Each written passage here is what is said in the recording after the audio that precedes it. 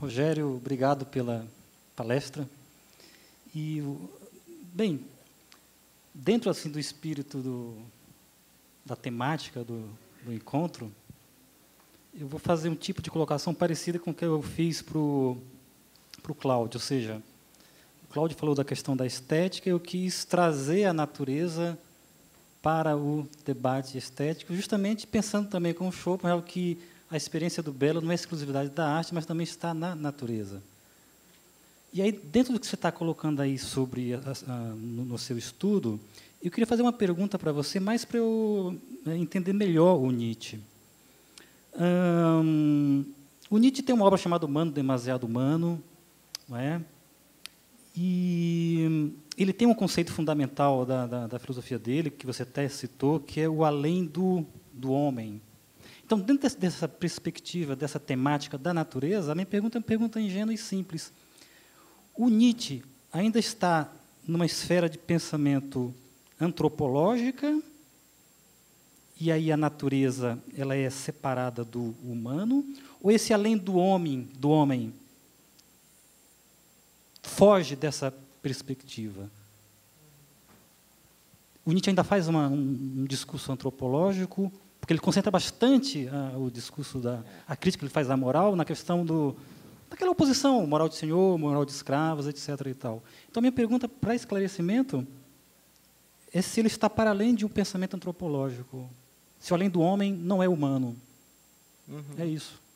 Então, eu acho que a ideia da catástrofe do humanismo Nietzsche é que o Nietzsche tenta levar às últimas consequências um certo projeto humanista, que é um projeto europeu, mas o desafio do Nietzsche é justamente eliminar qualquer forma de sentimentalismo envolvido na ideia do projeto humanista. E, para ele, isso significa eliminar qualquer vestígio,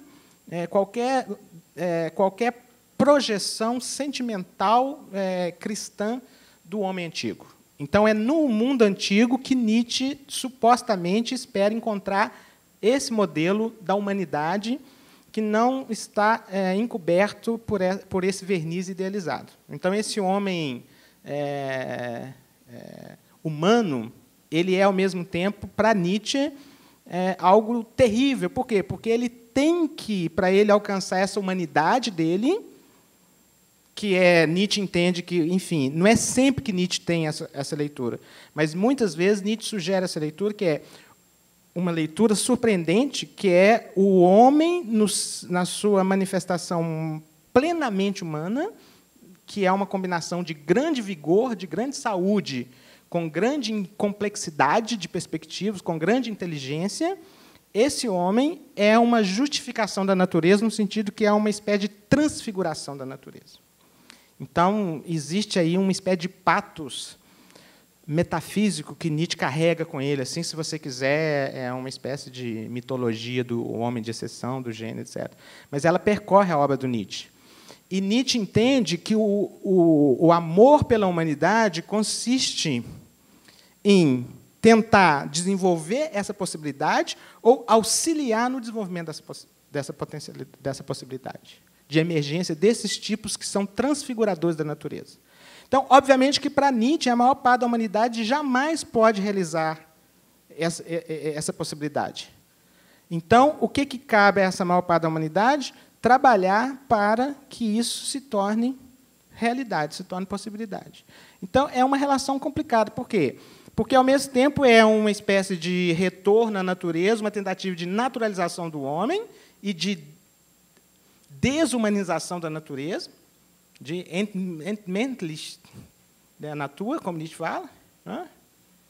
É um duplo movimento de naturalização do homem e de desumanização da natureza, mas por trás disso existe um projeto nietzschiano, que é um projeto humanista, no meu entendimento, que é de valorização, se você quiser, não é um humanismo cristão, mas ele é um humanismo que supostamente é inspirado no que o mundo antigo nos ensina, de como domar esse lado sombrio, cruel, através de criação de instituições em que o conflito é valorizado, que é o agonismo, a perspectiva. Quer dizer, esse homem que é um homem da complexidade, ele só não é um bárbaro se existe um contexto institucional que regula essas energias, vamos dizer assim, que é o que o Nietzsche entende por agonismo. A Grécia é exemplar porque ela criou mecanismos de controle, vamos dizer assim, desses impulsos que não são castradores desses impulsos.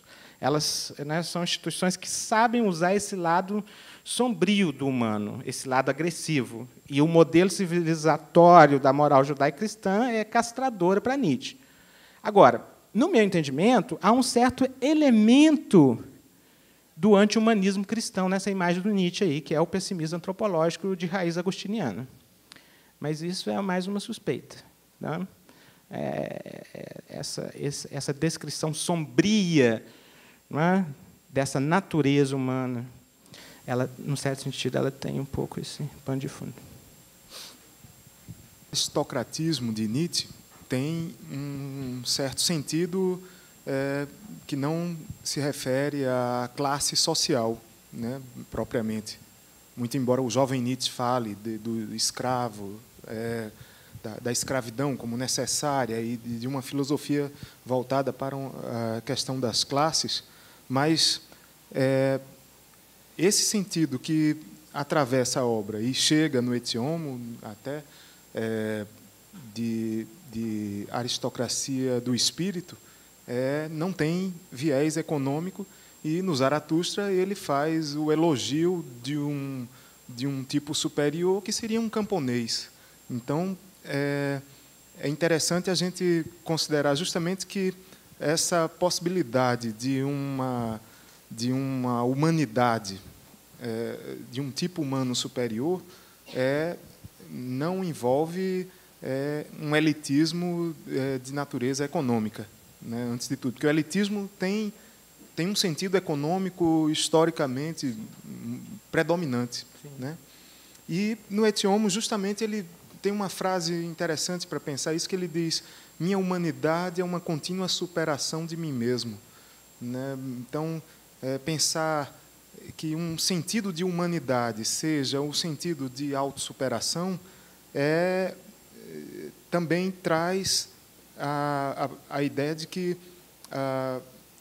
perfeccionismo está mais próximo do idealismo do que de um pensamento trágico, né?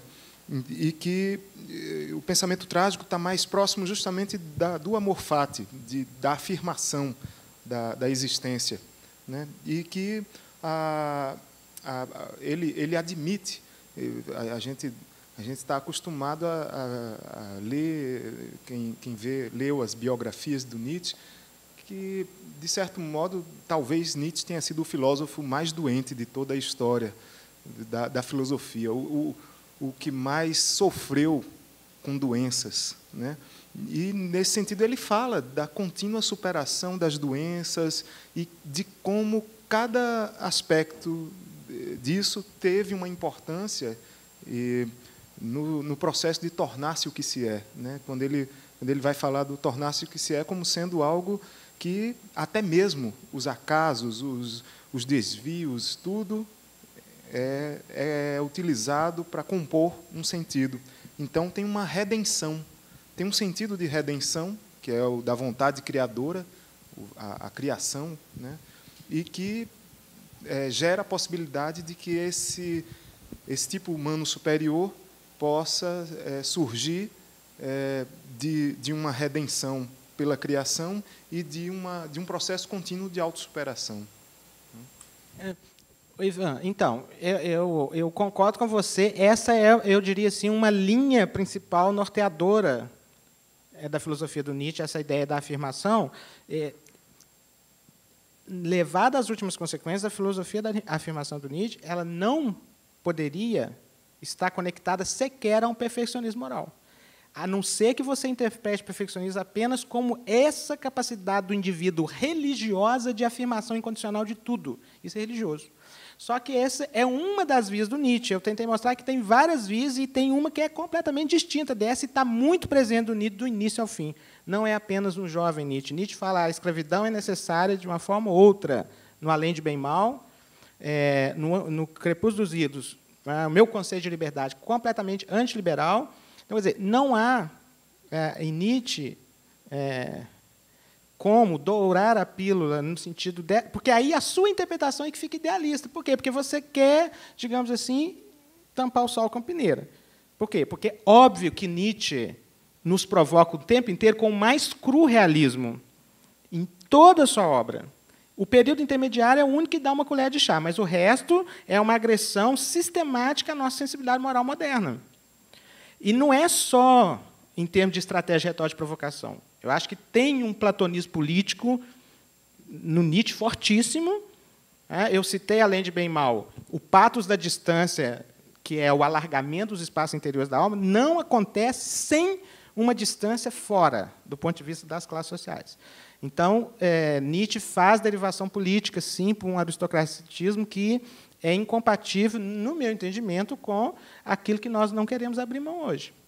Agora, a minha estratégia de leitura é a estratégia de leitura de mostrar que essa não é melhor, ele não é o caminho mais sensato que Nietzsche poderia ter perseguido, mas é um caminho que, para ele, é um caminho importante, que ele entende que é o caminho de uma certa responsabilidade de atuação filosófica para impedir que o último homem triunfe, que é o conformismo absoluto, etc., das sociedades contemporâneas. Então, quer dizer, o problema é que o Nietzsche tem muito mais valor de diagnosticador dos nossos problemas, por isso que ele seduz tantas esquerdas também. É claro que ele funcionou muito bem para vários aspectos de revisão da esquerda no século XX, jamais negaria isso. O pensamento do Nietzsche foi muito produtivo para a esquerda no século XX, segunda metade.